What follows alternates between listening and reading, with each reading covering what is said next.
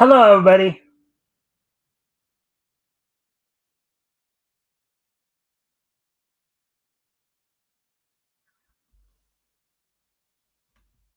All right. Well, welcome to the Mikestand. I hope everybody, as we now hit, we're now late in the week here. We're, of course, now on we're now on, today is Thursday, March the 14th, 2024. So I hope everybody's having a good day today. Um, with all that being said, if you guys haven't already, of course, you guys can like and share the stream. See if we can get some more friendly people in here. That'd be appreciated. Also, if anything here grabs your attention, feel free um, to comment and or ask questions. We'll try to answer the questions to the best of our ability. We do seem to have some people in here. I'm going to go ahead and talk about a little bit about what's on tap for tonight. So for tonight, we're going to go over an article from Bleeding Fool.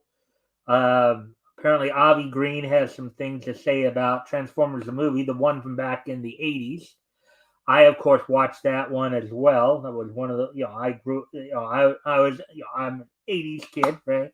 Born in 75, so I'm 48 now, going on 49. I'll be 49 October. So I have had a chance to watch that over the years. Also, as I said, grew up on the G1 Transformers, as some of you may have as well. Apparently, he had some criticism about it. So I want to go over the article, see what he has to say, and then see if there's any counterpoint I can give. Also, of course, towards the end of the night, we'll have the This Day Meets History, as well as and of course the wrestling wrap up before that. So um, with that, I everybody will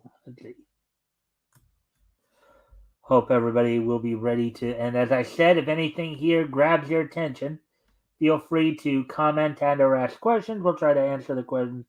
Try to answer the questions to the best of my ability. So with that, why don't we go ahead and get started here?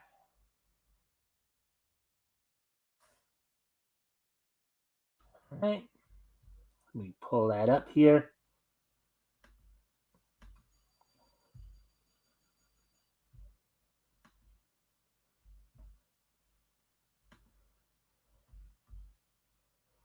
All right. So, as I said, some of you out there probably watch this as well.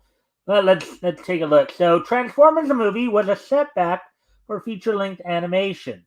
Article by Avi Green, published back on March 13th. Well, with today being March 4th, so I guess it was actually yesterday that he put this up. So, um, there's the Spark, or there's the Matrix. Hot Rod and all that. So let's take a look at this article. All right, so I guess this is Avi speaking. All right. As I said, if anything here grabs your attention, feel free to comment and or ask questions, and I'll try to answer the questions.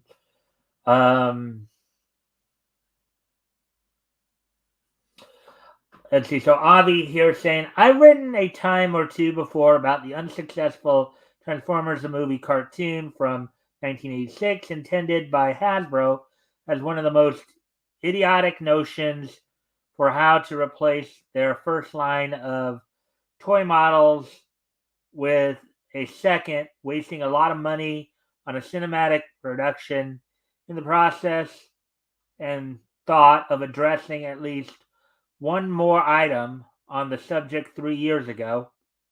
A film critic wrote about this at What to Watch and how the film may have been quite a setback for how to market a movie length cartoon where characters die. Again, don't know. Yeah, okay. So I guess Avi felt that felt that what they were trying to do with the Transformers was not successful. So that's what I get that. But again, I watched the movie myself. I thought it was a pretty cool movie. I liked the music in it. The story was pretty good, but as I said, of course, I grew up watching Transformers, the G1 Transformers cartoon. You can still actually catch it on some streaming services as well. Some of the services still have it as such.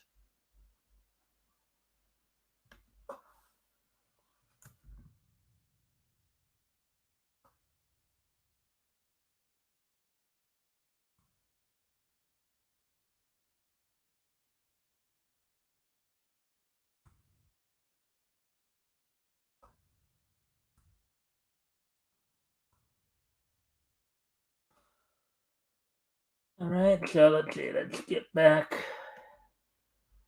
to that. So let's see. I guess this is from the What to Watch article that he's referring to here. Hasbro had released two series of toys by the time Transformers the movie was released, which added 104 characters and which included 104 characters in total. The film would mark a transition for Hasbro to start using more original designs for its toys, and with so many already being used, the company decided to kill off several of the foundational characters. Yeah, I do remember. Of course, that was first in the movie. You had a number of the very first set of Autobots and Decepticons actually dying within the first few minutes of the movie, the first 10 minutes of the movie or so. The problem with this was first one of precedent. Transformers syndicated series never killed off characters and had told 65 stories that explored the identity and personalities, make even the smaller and less significant ones familiar or beloved. Which is true. I mean, basically, the let's see, you had 60, that encompassed over two seasons. You had the first season, which was technically 13 episodes. That was the one from the point when the more than meets the eye three-parter, where the Transformers first landed on the Earth, and then I think at the very end you had the last episode introducing Devastator and the Constructicons and Devastator, I believe. Let's see. But second, these story choices would likely mark the first time that the child audiences um, that collected the toys would experience a death scene. Yeah. Now, even I could, I can understand why a lot of people were critical of the death scene of Optimus Prime's death, because as they were noting here in this article here, you know, a lot of these characters people became emotionally invested in. You know, you come home after school, you turn on your TV, and there's Optimus Prime, there's Ironhide, there's Megatron, Starscream, all these characters that you're personally invested in, you know, for good, bad, or indifferent, right? Um, and in the case of Optimus Prime, I think for a lot of kids, he may have become almost like a surrogate father figure, as the way they portrayed Optimus Prime, you know, in the TV show, in the TV series, right, in the cartoon, for some of the younger Autobots, or some of the quote unquote younger Autobots, like Bumblebee, maybe like Sideswipe and Sunstreaker, some of the Autobots that may have been considered younger, and even to a lesser, maybe to a slightly lesser extent, Spike in a way, because of course Spike's father was also involved with them, but even with Spike to a lesser degree, Optimus Prime would act almost like a surrogate father figure for many of the characters. Um, let's see. Ah, hey, Elk. See you there. Hail, Xenu and Xena. Yep, there you go, Elk. Let's see. Certainly, Disney had ventured into darker territory in the late 1970s and early 80s with its storytelling, and there were some live action films like E.T. that skillfully navigated perilous scenarios for their characters but arrived at safer, happier places by the end. But even, or especially 35 years later, Optimus Prime's death remains an astonishing spectacle in a cartoon clearly made for kids. Which I would kind of agree with that, especially considering the fact that, as I said, the way they painted, the way they characterized Optimus Prime, one of his characterizations was, as I said, kind of as like a surrogate father figure for like maybe some of the younger Autobots as well as Spike, to a lesser degree. That looks a little more polished than the series it was based upon, but for the most part duplicated its colors, its lighting, and its tone. I remember being shocked as a kid just that the characters used profanity for the first. Yeah, that was another big thing too. You could clearly hear an adult Spike going "Oh, shit," So, but it was nothing short of devastating to watch Prime lay on a cold slab as his vitals slow to a flat line. The blue glow of his eyes flicker out, his body turns gray. With a future toy line to showcase Prime wasn't the only Transformer with a future toy line to showcase. Now, the idea here, what they're talking about here, is they probably wanted to put more emphasis on like some of the newer characters, like Hot Rod, Rodimus Prime, Ultra Magnus, Cup, Blur, Wheelie, RC, Springer, Retgar, a lot of those characters. On the obviously on the Decepticon side, Galvatron, Cyclonus, um, Scourge. Um, Prime wasn't the only Transformer who died in the film, and he wasn't even the first in an opening. First, in an opening scene, Megatron and the Decepticons intersect. I think that's supposed to be intercept, not intersect. An Autobot shuttle, and they do everything to its crew except take prisoners. Mm-hmm. And later, yeah, I remember that scene too. You know, and later, Megatron and a few of his henchmen suffer a fate similar to his iconic adversary, but they are almost immediately transformed into their next generation versions, where by comparison, moviegoers get to watch Optimus Prime's quote soul leave his body unquote, as director Shin described it. Um, it described it subsequently came as little surprise that critics were either baffled or appalled by the film, which they characterized as a feature-length toy ad, and of course it was.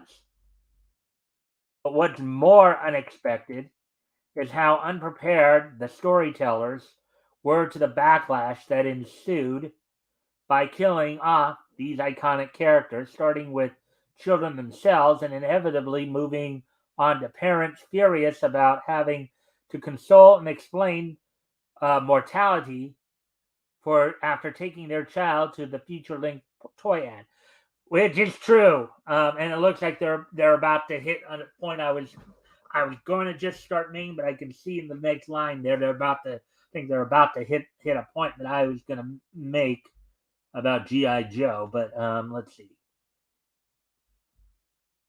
Uh, anyways,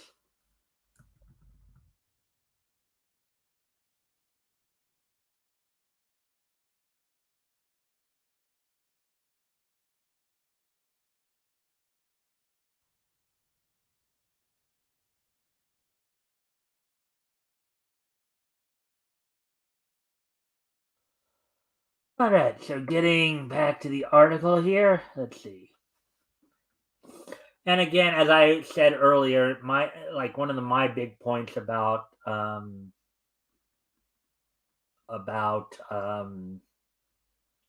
situation with the movie and Optimus Prime was, again, to a lot of the younger Autobots and a lot of the younger human characters in Transformers, as well as probably to many kids watching at home. He was kind of a surrogate father figure, and in some respects, I think part of the one of the other aspects about the idea of having Prime die in the movie, for a lot of kids, it was almost like having their own, it would almost be the same effect as if their own father had passed away, with them as at a very young age when you think about it. So, anyway, I need to step away from the computer for a moment. So I'm going to put some music on while I'm gone, but I hope I'll be right back. I had to step away from the computer, so I'll be right back. Music on for you guys. I'll be right back.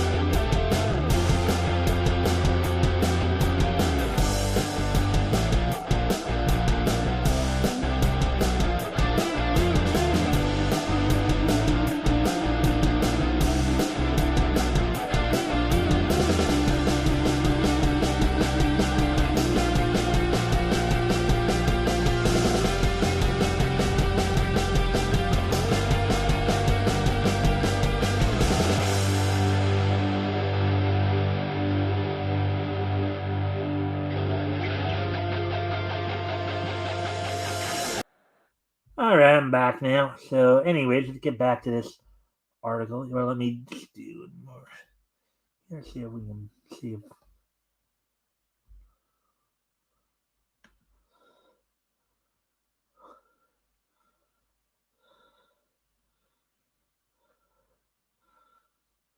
Adrian would probably.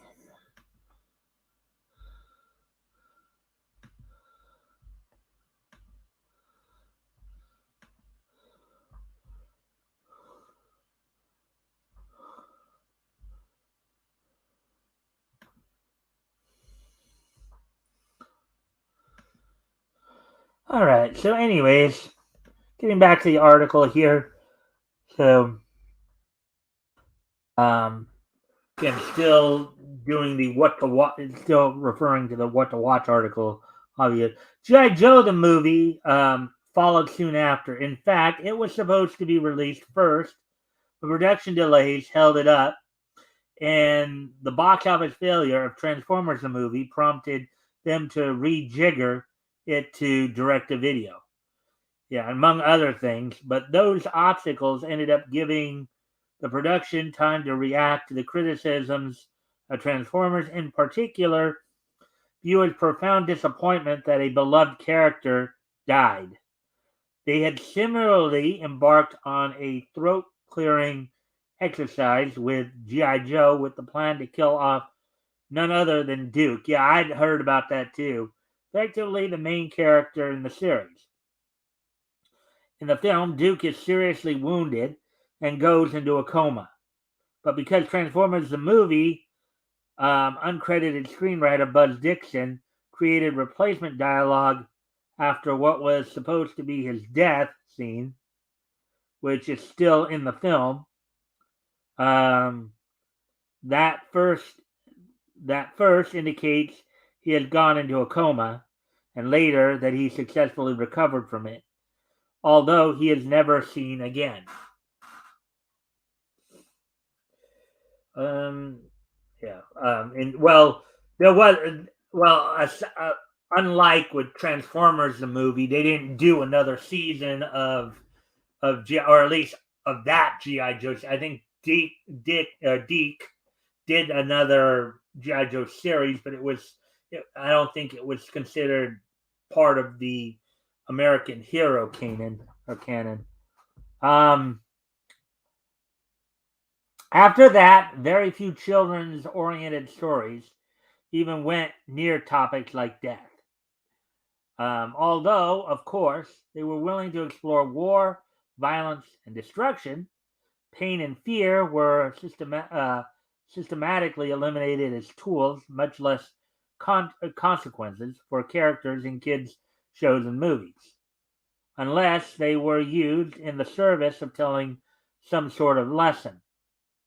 Especially in animation, when you watch a younger character get subjected to some form of violence, their reaction is almost invariably one of indifference and often of enjoyment.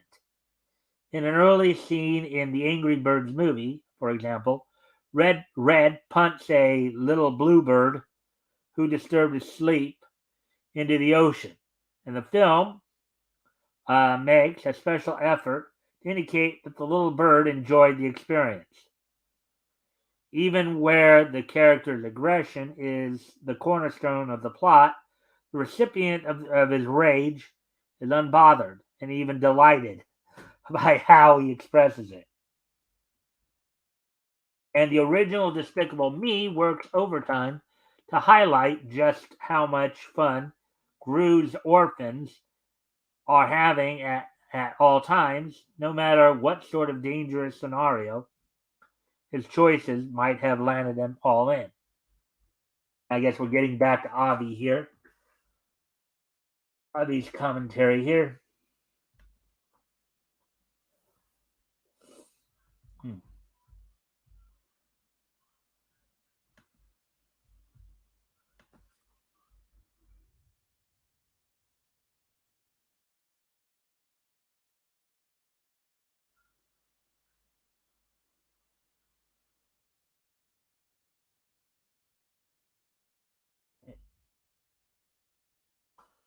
All right, so anyways.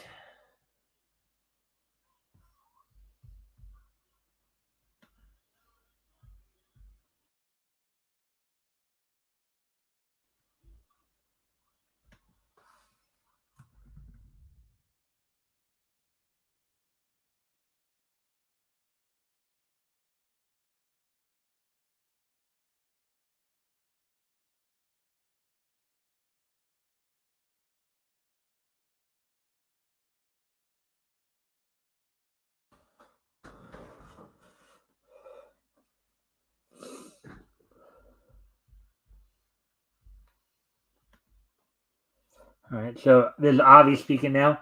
I think some of the biggest mistakes, well, nothing new, are how these American made cartoons keep getting marketed almost wholesale for children's consumption or for children under 16, say. And while death is one thing, the alarmingly nasty way some of the robots were junked was clearly too much even for a PG rated cartoon, whose other grievous error was that it didn't stand on its own, and the slaughters were for commercial reasons, not artistic ones. I'm sure some people who'd seen it came to wonder if the toy makers were desensitized to violence, and the mistake the filmmakers made was assuming that. Because these are robots awaiting the curtain call, they could get away with visiting jarring violence upon them. As the resulting failure and angry reactions of parents at the time made clear, that's awfully naive thinking on the producer's part. Yeah, because as I pointed out earlier when they were first talking about it, the thing is that for the kids who grew up watching Transformers, right? They were emotionally invested in these characters.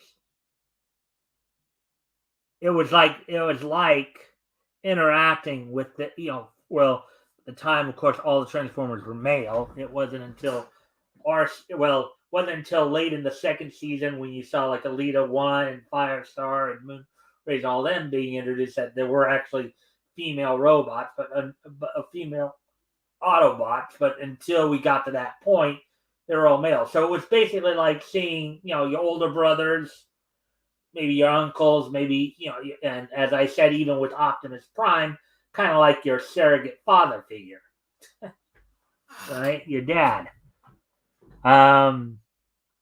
Oh, some disgust can also be levied at Marvel's three-part adaptation of the movie, which saw Ultra Magnus get dismembered by Megatron turned Galvatron's henchman. Even if he was repaired shortly after by Wreck-Gar and his tribe, what if any children who'd read that scene were traumatized by that too? Mm-hmm. Who'd read that scene? Okay, just because that was comics as opposed to a cartoon proper. Okay. Oh, I see what they're talking about, the comic adaptation. Is no excuse. As I now recall, while Spike Witwicky and Bumblebee may have survived in the movie, in the comic miniseries they did not. Recalling that that was where they got sucked into Unicron and never reappeared for the remainder of the story. In other words, a very slapdash form of difference between comic and cartoon that made a Marvel miniseries all the more tasteless and pointless. Well, yeah, because in the comic, apparently they killed off Spike and Bumblebee, and even though at this point there was like 20 years in the 2005, they were claiming the movie took place in 2005. Okay, with Spike and Bumblebee being older and more mature. Obviously, Spike was pretty much a young, was a man by this point. He was probably you can argue he was about 15 or 16 during the run of the first two seasons, and he was probably about 35, 36 during the time of the movie in season 3 and eventually 4. He was like basically mid to late 30s, early 40s probably. But still seeing that, even though he was still, a man at that point, most people probably know him better as the teenage version of himself. Let's see. Yeah.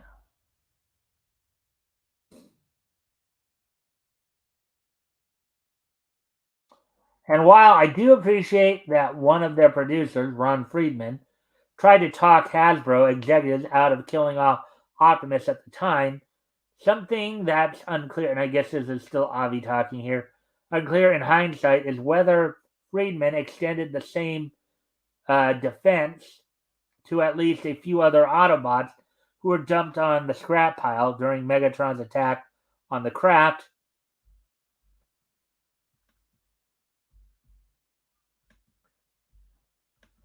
Ironhide, Ratchet, Brawn, and Prowl, for example. Ironhide, kind of the gruff uncle type. Well, yeah. Well, because those were obviously in the case of like Ironhide and Ratchet, maybe even Brawn to a slightly lesser degree. Those are some of maybe considered maybe the older Autobots, right? You know, Ironhide might have been like considered like, if Optimus Prime was the surrogate father figure, then you could argue that maybe Ironhide and Ratchet, who were kind of considered two of the quote unquote older Autobots, they were probably considered like the gruff uncles, right? The tough gruff uncles, and maybe Brawn to a slightly lesser degree. Anyways, I'm gonna go off. I'm gonna go off camera one more time here, just because things are getting a little dim here. But I'll put some music on before we continue on with the article. Like that.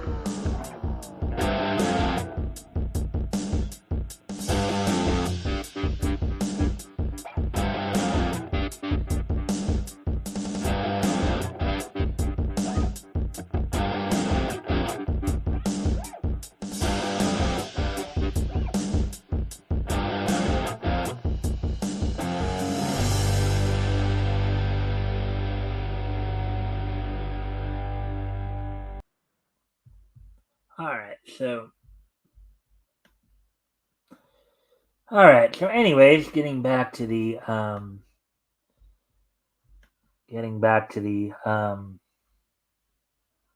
article here. Sure, it was in very poor taste to kill Optimus, but that doesn't mean the lower ranking are expendable. And Ironhide may have suffered a worse fate than Optimus. Those Autobots slain in the movie may have been resurrected since the turn of the century, especially when new comics continuities were established.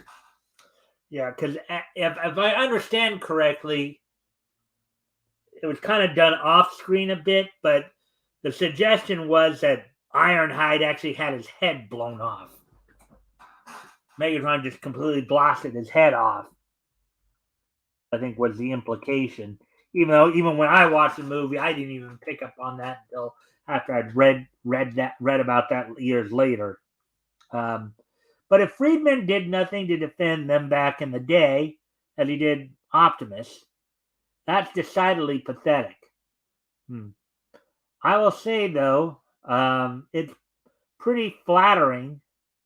A villain like Starscream was kept in the electronic afterlife for some time, recalling he reappeared as a ghost in the TV cartoon's third season, which is true. They actually had an episode named Starscream's Ghost, where he would basically be kind of where he and Octane were kind of trying to mess around with Galvatron, who didn't take too kindly to it. But for those Autobots who'd perished in the shoddy 1986 movie, did they ever have the same privilege of returning as Robo Phantoms? Probably not. And that's decidedly problematic. A rank and file robot can't be considered any less valuable than the team leader. And this point is firmly valid for human and humanoid characters in pop culture too. I can kind of get where Avi's going here with this, but also at the same time, the movie, granted, it may not have been a commercial success, and because of course of the the killing of some of the main characters, particularly Optimus Prime. Those are probably that was probably not the greatest idea moving forward, but overall, in terms of plot, in terms of some of the other aspects, the movie wasn't really that bad. You know, you do have some two major sticking points. The killing off of some of the characters and some of the more violent ways of killing off the characters. Um, in order to kind of push the newer toys, as it were.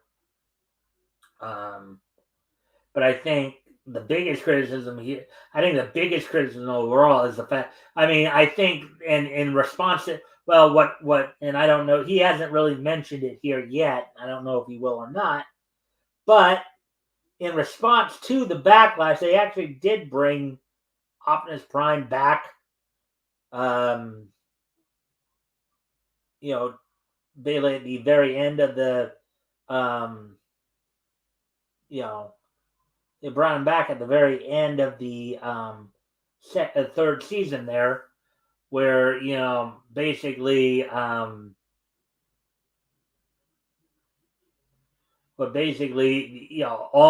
everybody, Transformers and humans alike, were dealing with a hate plague, which they were affected by radiating spores that would basically just make them make them turn them into murderous monsters.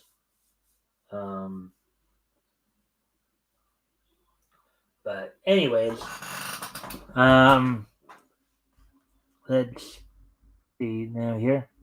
More recently, last year, a writer at Fatherly tried to argue in the movie's favor, which I honestly can't bring myself to do, based on how forced the whole quote unquote project looks to me. Yet they do have something eyebrow raising to say regarding the issue of human parenthood. In parentheses here. Also, where's Daniel's other parent? Where's there? Where's there? Was there a mom? Another dad? Someone else? Was Spike? No, no.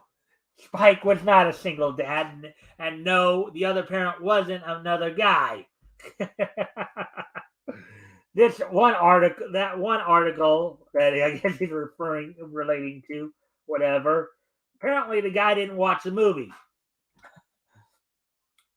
This is something that may have crossed my mind a year ago. Where's Daniel's mom? Was it the girlfriend whose name may have been Carly? Actually, I think they made that. Well, okay, so yeah, I guess there is that point too. She did not make an appearance in the movie, but it was always heavily implied, and they actually did solidify that in the third season. That yes, Carly was Daniel's mom, and Carly was the wife of Spike. Nothing clear from what I can recall. This has got to be another flaw in some past works of fiction. You have a father figure, which is fine, but that doesn't mean the mother shouldn't be absent. And again, I don't think she would. I think eventually, as and maybe Avi doesn't know this either, because I noticed he didn't mention this. Apparently, the way he's writing this, I don't think he even realized this. They did clarify that in the third season. The third season, the third season of Transformers, they did clarify that yes, Carly was Daniel's mom, and Carly was also the wife of Spike. So there, it's just that now. This is kind of a point I wouldn't spend a whole lot of time on, just simply because in terms of the plot of the movie, I think I don't think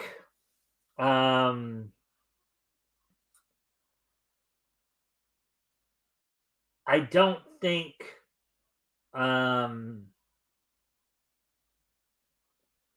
there was as much a need to have the maternal aspect in the movie. There, they obviously did bring her in during the third season. She was there during the third season, of Transformers.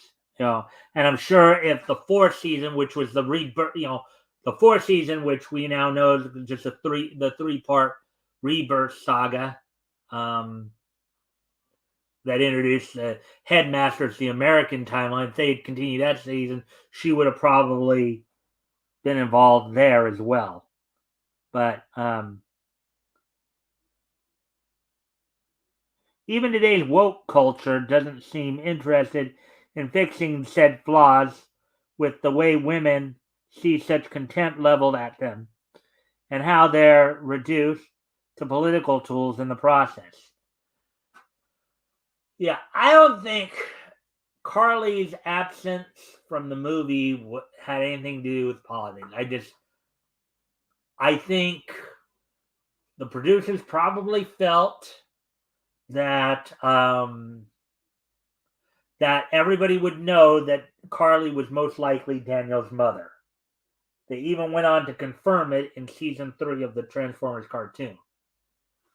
So, but again, I don't think in that particular case she would have had, she would, she really would have had much of, she would have really added much to the plot of the movie, what they were trying to do with the movie. So that's why you probably didn't see her. But anyways, and in the end, this history account certainly says something about huge setbacks in creativity for animation in Hollywood. For all we know, 1986 Transformers cartoon film may have really damaged the potential to explore tougher themes like the Japanese have long explored in movies and TV shows, at in sharp contrast to the absurd commercial path taken by Hasbro. Usually featured their taken by Hasbro usually featured their own characters, had little to do with merchandise, and were anything but marketed squarely at children. I think he's talking about the Japanese animes, of course. Of course, failure to cultivate a more teen adult market for animation is another embarrassment the U.S. industry got to shoulder. Though The Simpsons may have changed things somewhat back in the day, much of the dreadful mentality that held back movies still remained for years after and today you have animators pushing wokeness upon children instead of taking the challenge of marketing the content for adults. Well, I mean, I wouldn't say that's because again, throughout the 90s and into the early 2000s, though, you did have a lot of Western adult animation. You had MTV did some shows, with Beavis and Butthead and later Daria. You'd even argue the claymation series Celebrity Deathmatch there. You have some of the more adult oriented animations you had include like Futurama, King of the Hill, American Dad, and even what you have on Adult Swim, right?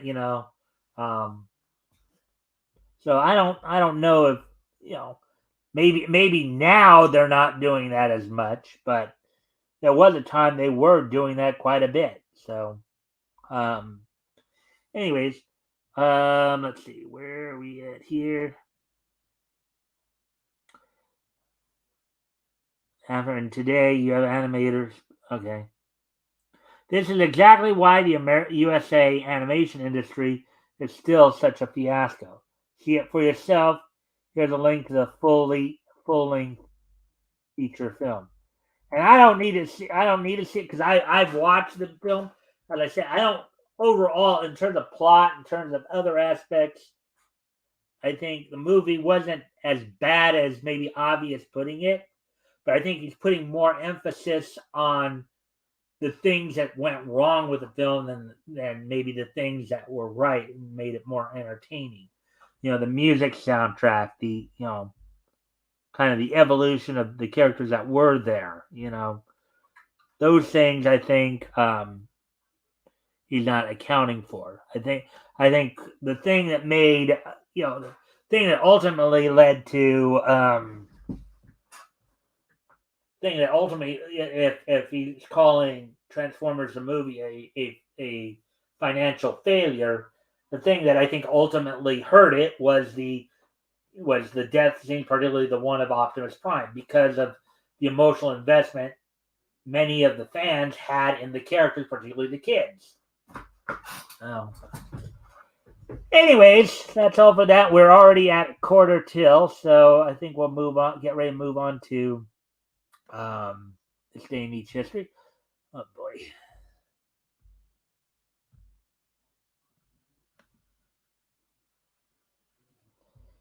Anyways, okay. Not this. We'll go on to the wrestling wrap up. Then we'll get to this day in each history. So, we do have some news items. But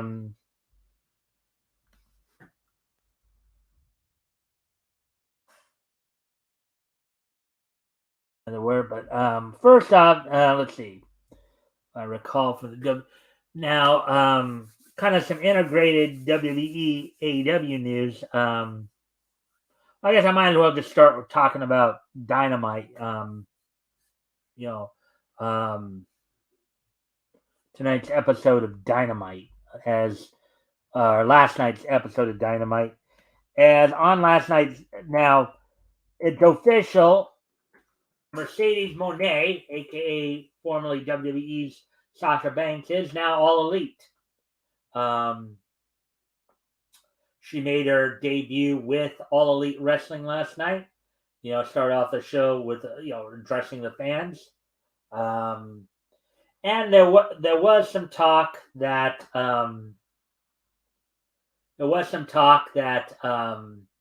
there were some WWE superstars who were there in attendance, but of course they had to disguise themselves, so they wouldn't get caught on TV.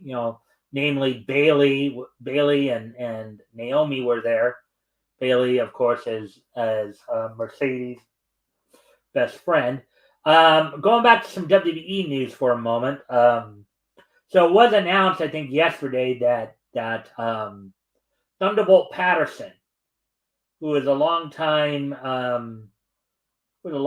wrestling star, in the 70s and early 80s throughout the NWA, he will be inducted into the WWE Hall of Fame.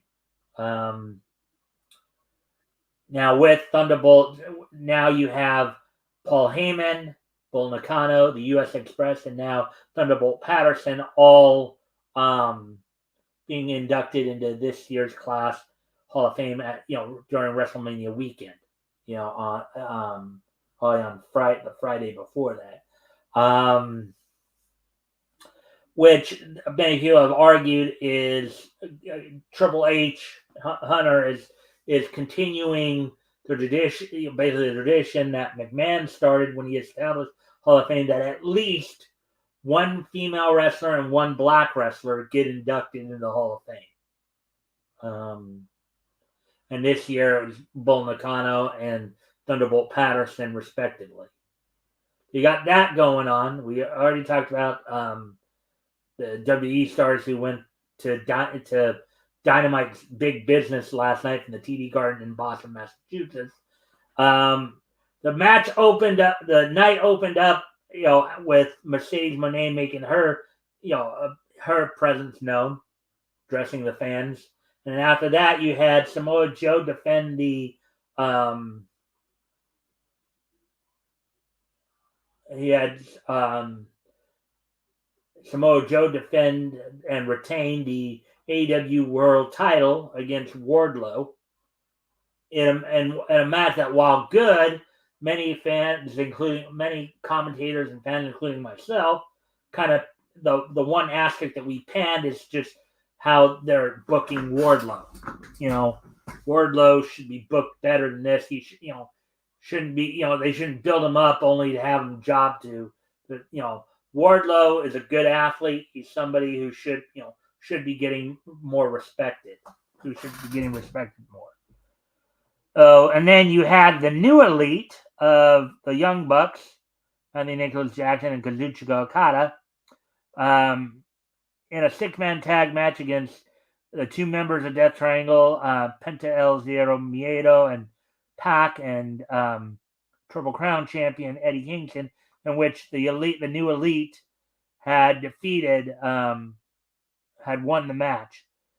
Jay White defeated Darby Allin in a one-on-one match in a match that was used somewhat as a setup to basically turn the Bullet Club into back to heels. As some people have said that them working as faces was just not working. Putting them together with Billy Gunn and the Acclaimed and having them turn face was just apparently not working. So they decided to turn Jay White and the Gun Club back into heels, which of course would furthermore fuel that feud between those two. Of course, Darby Allin was talking about after this match, going up to the Himalayas and trying to climb. Now, why they sat there and decided to try to make it look like they injured him during the match, I don't know. I don't know what point that had. Debuting as Chris Jericho and Hook, debuting as a team Lion Hook, defeated the Gates of Agony. And again, another solid match that a lot of fans just seem to just be down on, and quite honestly, I don't really think they understand what was going on. And then in the main event, you saw Willow Nightingale defeat Riho, to kind of establish herself as a top contender to some of the women's, including the TBS title. You had TBS champion after, of course, Willow Nightingale and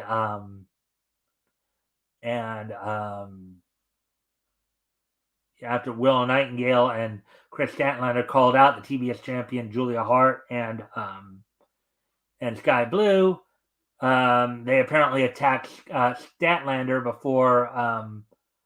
before going out and trying to attack Willow, only to have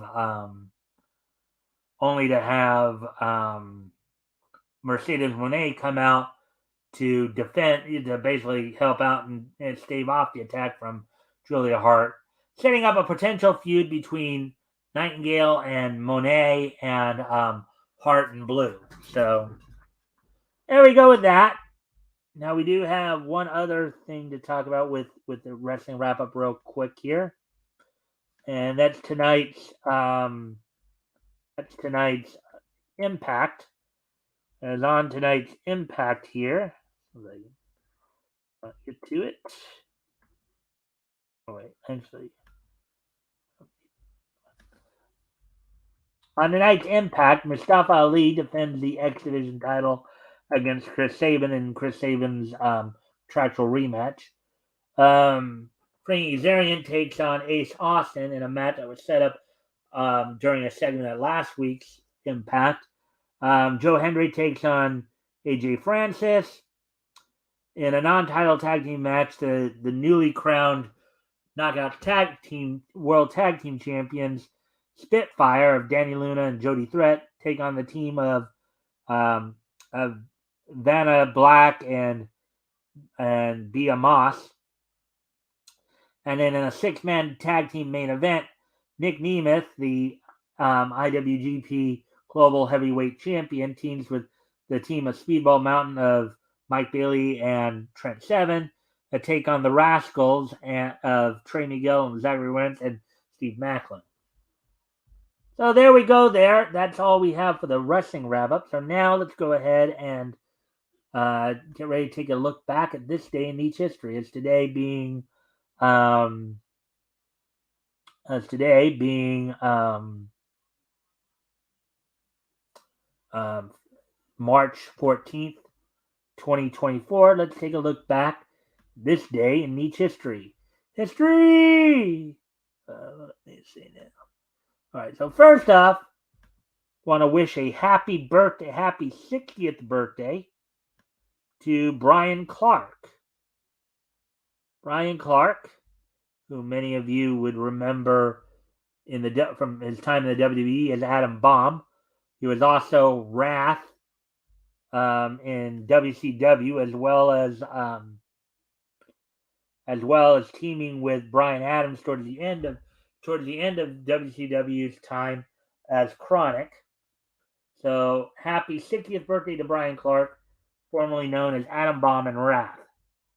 So there we go with that. And of course he went back to the WWE in 2001 as part of the merger with the buyout of WCW. Then we move ahead to 1994. And on this date in 1994, I believe.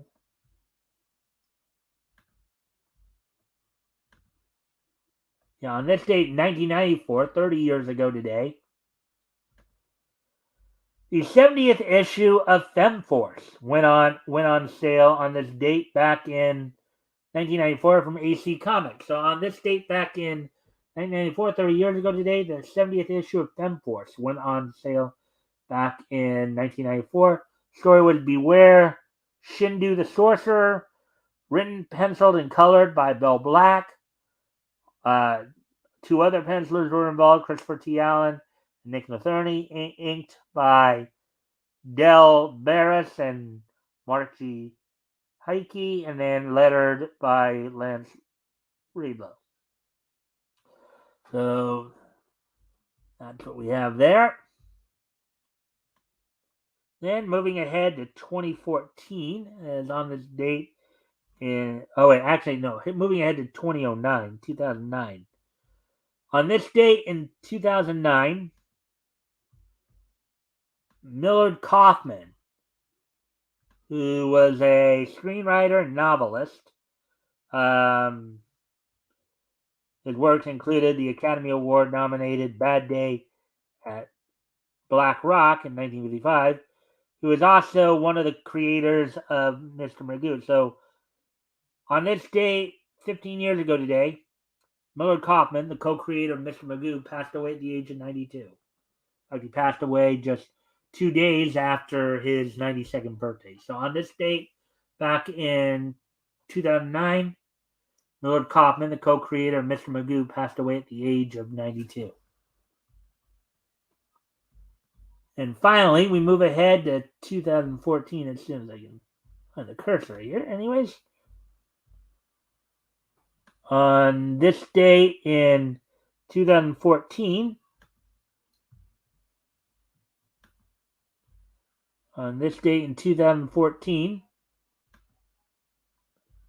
we look here, Bennessee Corporation's Shimajiro and the Whale Song premiered in Japanese theaters on this date back in 2014. So 10 years ago today, Bennessee Corporation's Shimajiro and the Whale Song premiered in Japanese theaters on this date back in 2014.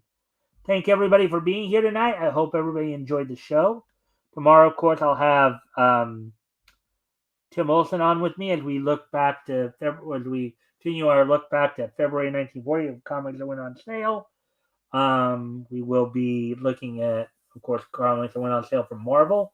But with that, I thank everybody for being here, and I will see you all tomorrow. Bye.